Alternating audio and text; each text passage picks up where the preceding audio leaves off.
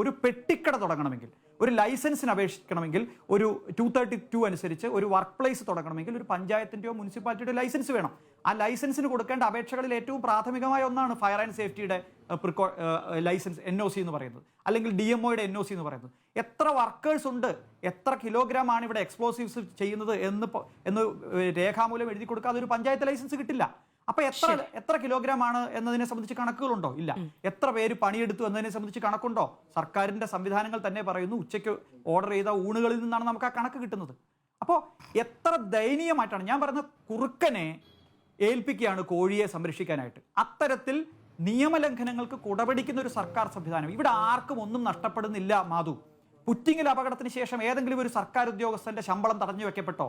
ഇല്ല.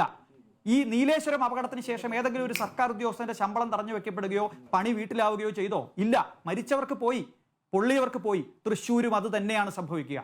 ഇവിടെ ഈ കേരളത്തിൽ ഏതൊരു ദുരന്തമുണ്ടായാലും ആദ്യം വകുപ്പ് തല അന്വേഷണത്തിന്റെ ഭാഗമായി ഒരു സസ്പെൻഷൻ ഉണ്ടാവും. ഇവിടെ ബന്ധപ്പെട്ട ഉദ്യോഗസ്ഥ സംവിധാനത്തിനെ പ്രൊട്ടക്ട് ചെയ്യേണ്ടത് കേരളം ഭരിക്കുന്ന സർക്കാരിന്റെ ആവശ്യമാണ്. കാരണം അവർ ഈ സർക്കാർ സംവിധാനം പറഞ്ഞിട്ട് തന്നെയാണ് ഈ നിയമവിരുദ്ധ പ്രവർത്തനങ്ങൾക്ക് ഒത്താശ ചെയ്യുന്നത്. അതുകൊണ്ട് തന്നെ ഒരു ജുഡീഷ്യൽ അന്വേഷണം പ്രഖ്യാപിക്കുകയും അതിന്റെ ടേംസ് ഓഫ് റെഫറൻസ് പൂഴ്ത്തിവെക്കുകയും ഏതെങ്കിലും ഒരു വർഷം കഴിയുമ്പോൾ നമുക്കൊരു റിപ്പോർട്ട് ലഭിക്കുകയും ചെയ്യുന്ന തരത്തിൽ നിലവിലുള്ള ഉദ്യോഗസ്ഥ സംവിധാനത്തിന്റെ വീഴ്ച പോലും പരിശോധിക്കാതെ അവർക്കെതിരായി ഒരു കൃത്യമായ അന്വേഷണം പോലും നടത്താതെയാണ് വാസ്തവത്തിൽ നമ്മൾ ഇതിൽ നിന്ന് ഒളിച്ചോടാൻ പോകുന്നത്.